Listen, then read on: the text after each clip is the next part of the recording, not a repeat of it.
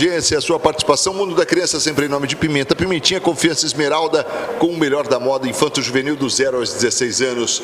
Pimenta, Pimentinha tem o melhor. E olha, lá você compra, parcela em 3, 4, dá para parcelar em 4? 5, não sei, sabe? Marcos, não em 3 sei. Até 3 eu sei. Mas que fala no nome do Marcos lá que vai. Fala. Fala lá, fala o Marcos Vinícius da TV Marília que falou, viu? Pimenta Pimentinha, confiança esmeralda. E com a gente também o Colégio Criativo de Marília. Doutor, vamos falar sobre febrefobia. O que é isso? Quem é que tem medo de febre, cara? Quem que você acha que tem medo de febre, Marcos? Eu acho que é a vovó, eu acho que é a mamãe, é o papai. Realmente esse é um sintoma, assim, eu creio que o mais comum que as crianças apresentam e também aquele que traz assim um sinal de alerta para a família preocupante. Só quem convive sabe, é impressionante como as famílias têm medo de febre. E esta semana eu atendi uma pessoa que é de um outro país, sabe, Marcos? Da Austrália, né? E estava em passeio aqui e tal, e teve uma situação com o filho e me procurou. Então veja, ela estava dizendo assim, olha, eu não tenho uma preocupação com a febre, porque em meu país, eu queria saber o que você pensa. No meu país, só se pode dar um antitérmico se a temperatura chegar a 41 graus. Lá na Austrália é assim? Na Austrália é assim. Antes disso, não se medica. Porque eles dizem que a febre é um sinal de alerta, é um mecanismo que o sistema imunológico usa para oferecer defesa à criança e que não se usa antitérmico antes de 41 graus. Falei, eu acho que os conceitos são corretos, mas não é porque você faz um controle da temperatura que você está vendo o que aconteceu, que você está alterando o funcionamento desse sistema imunológico. E a outra coisa é assim, é uma situação que é uma complicação da febre sempre, Marco, é a crise convulsiva. Eu ia falar, 41 o indivíduo já começa a convulsionar, né? Lá não. Lá não. É claro que lá também, mas talvez por outros fatores a preocupação seja menor, né? Então é uma outra medicina, é uma medicina aplicada de maneira diferente. Mas nós aqui realmente... A gente ia sofrer muito lá, né, cara? Ia sofrer aqui, muito. A hora que você viu, tá quentinho, quanto deu? 30 dá aí 30 gotinhas, 25 gotinhas. Porque eu iria ganhar muito menos, né, Marcos? Porque se toda mãe esperar chegar nos 41 graus, ela não iria me procurar tão fácil, né? Então ainda bem, olha, não vai nessa conversa da Austrália, não. Continua sendo cuidadosa, preocupante e procura que a gente acaba atuando, mas é claro que você... O telefone ia tocar menos na madrugada também. Também, né?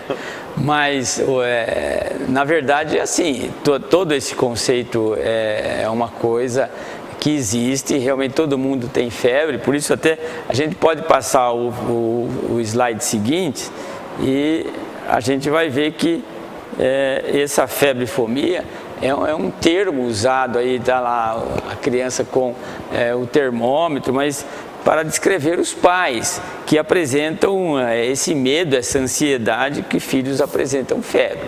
Quer dizer, realmente isso existe, né, Marcos? Isso é uma coisa que está presente assim no comportamento dos pais. Criança com febre, até que se esclareça, até que se defina qual é a origem, realmente isso é cercado de medo, né? Cercado de medo. Cercado de medo. E quando você tem assim situações claras, fica mais fácil você acalmar os pais, identificar, a febre vai ainda durar um dia ou dois. Quando você tem uma situação de febre que não é doença, como é o caso das vacinas, né? Então você tem um estímulo ao sistema imunológico pela vacina e aí a criança apresenta febre. E o difícil, Marcos, que essa febre da vacina, embora não seja uma doença, ela sempre ocorre em bebê, né? Então você vai aplicar, começa a aplicar vacina com 2 meses. depois 3 meses, depois 4 meses, 5 meses, 6 meses. São 6 meses assim de expectativa. Todo mês a gente recebe uma pergunta: vai dar febre? E essa vacina vai dar febre?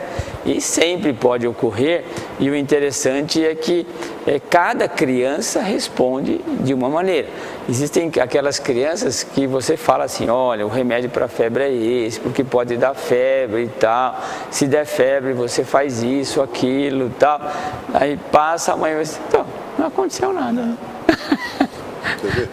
E o outro, às vezes, você ou não fala, ou não tem oportunidade, ou enfim, olha, telefone, aquele febrão, acabou de aplicar a vacina, já está com 38, 39, isso existe. E o que é o agravante dessa subida rápida e dependendo da sensibilidade da criança, você pode ter a crise convulsiva. A crise convulsiva, mesmo com febre, mesmo numa aplicação de vacina, ela é muito assustadora. Por isso que essa pessoa da Austrália que comentou comigo, assim, olha, lá só medica com 41 graus. Se não tiver convulsão, tudo bem, né? Mas se tiver uma convulsão, a gente vai ficar aí realmente numa situação mais difícil, porque a crise convulsiva, você já viu uma crise convulsiva? Infelizmente, já. Mas ninguém de lá teve, não, né? Não. Acho que só eu mesmo. Você é um convulsivo crônico, isso não vai mudar até hoje, né?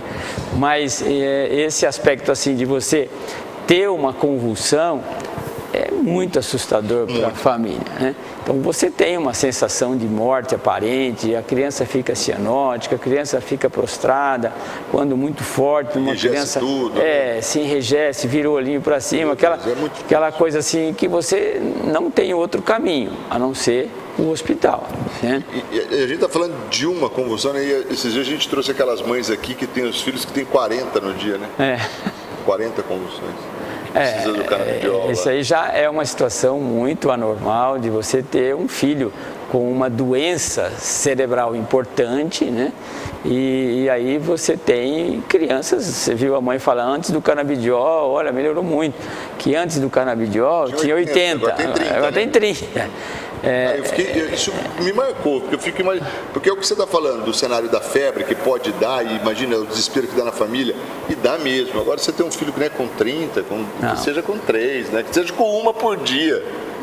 Você não é algo assim extremamente preocupante. Esse é o aspecto, assim, Marcos, que quando a gente convive com esse tipo de problema, eu valorizo muito os pais.